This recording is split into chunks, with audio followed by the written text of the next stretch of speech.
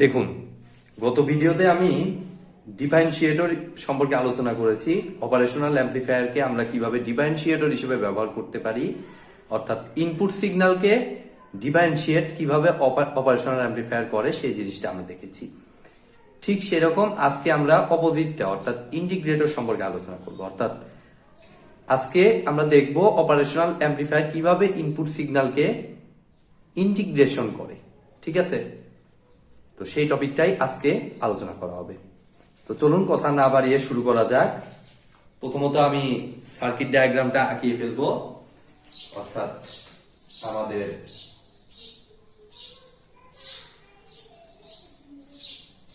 Minus plus আগের মতোই, প্লাসটা গ্রাউন্ডেড হবে,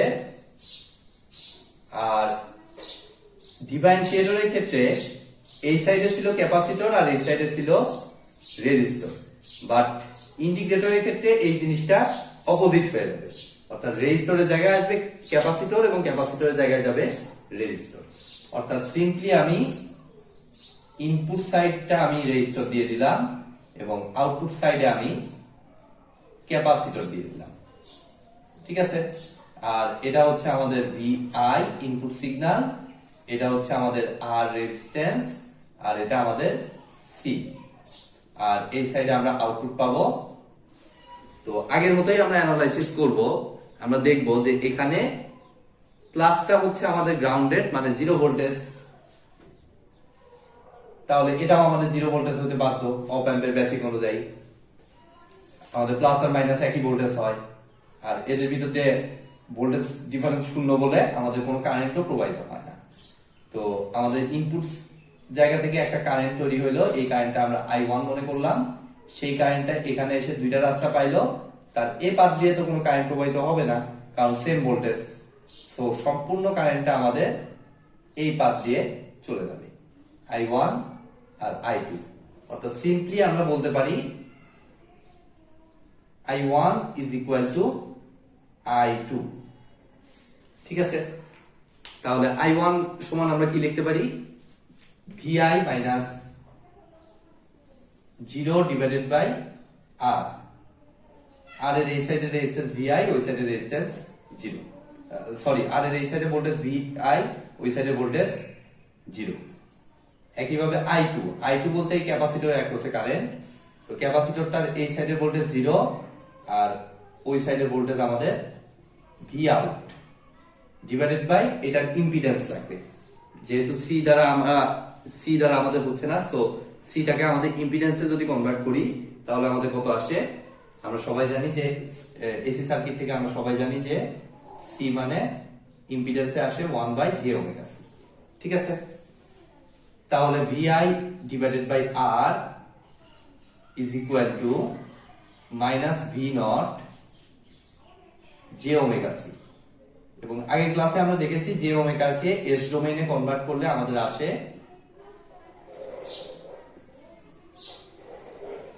j⍵র জায়গায় সিম্পলি লিখতে পারি আমরা SC। তাহলে V আউটপুট সমান আমাদের কত আসতেছে? Minus 1/RC into VI divided by S।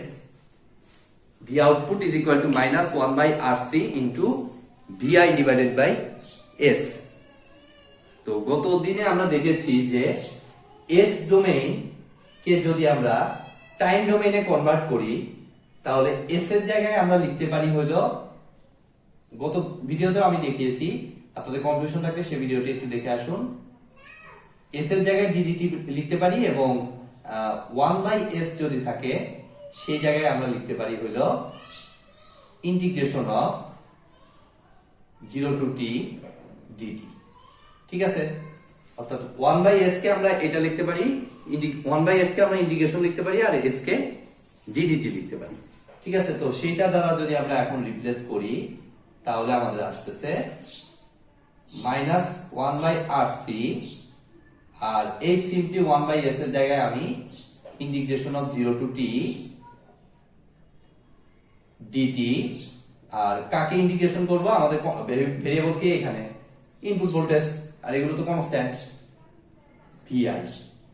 অর্থাৎ আমরা সিম্পলি এই ইকুয়েশনটা থেকে সবকিছু বুঝতে পারতেছি যে আমাদের আউটপুট সিগন্যাল, এই যে আউটপুট সিগন্যাল ইনপুট সিগন্যালকে কি করছে, ইন্টিগ্রেশন করছে, এবং সাথে একটা এক্সট্রা টাইম কনস্ট্যান্ট কত হয়েছে 1/RC। ডিফারেন্সিয়েটরের ক্ষেত্রে কিন্তু ছিল RC ইনটু ডিডিটি ভিআই, আর ইন্টিগ্রেশনের ক্ষেত্রে কিন্তু RC-টা নিচে চলে আসছে 1/RC integration of 0 to t VI DT. তো এই ছিল আমার ইন্টিগ্রেটরের আলোচনা। আজকের মতো ভিডিওটি এ পর্যন্তই। ভিডিওটি যদি ভালো লেগে থাকে অবশ্যই ভিডিওতে একটি লাইক দিবেন, বন্ধুদের সাথে বেশি বেশি শেয়ার করবেন, আর চ্যানেলে নতুন হয়ে থাকলে অবশ্যই চ্যানেলটি সাবস্ক্রাইব করবেন। ধন্যবাদ।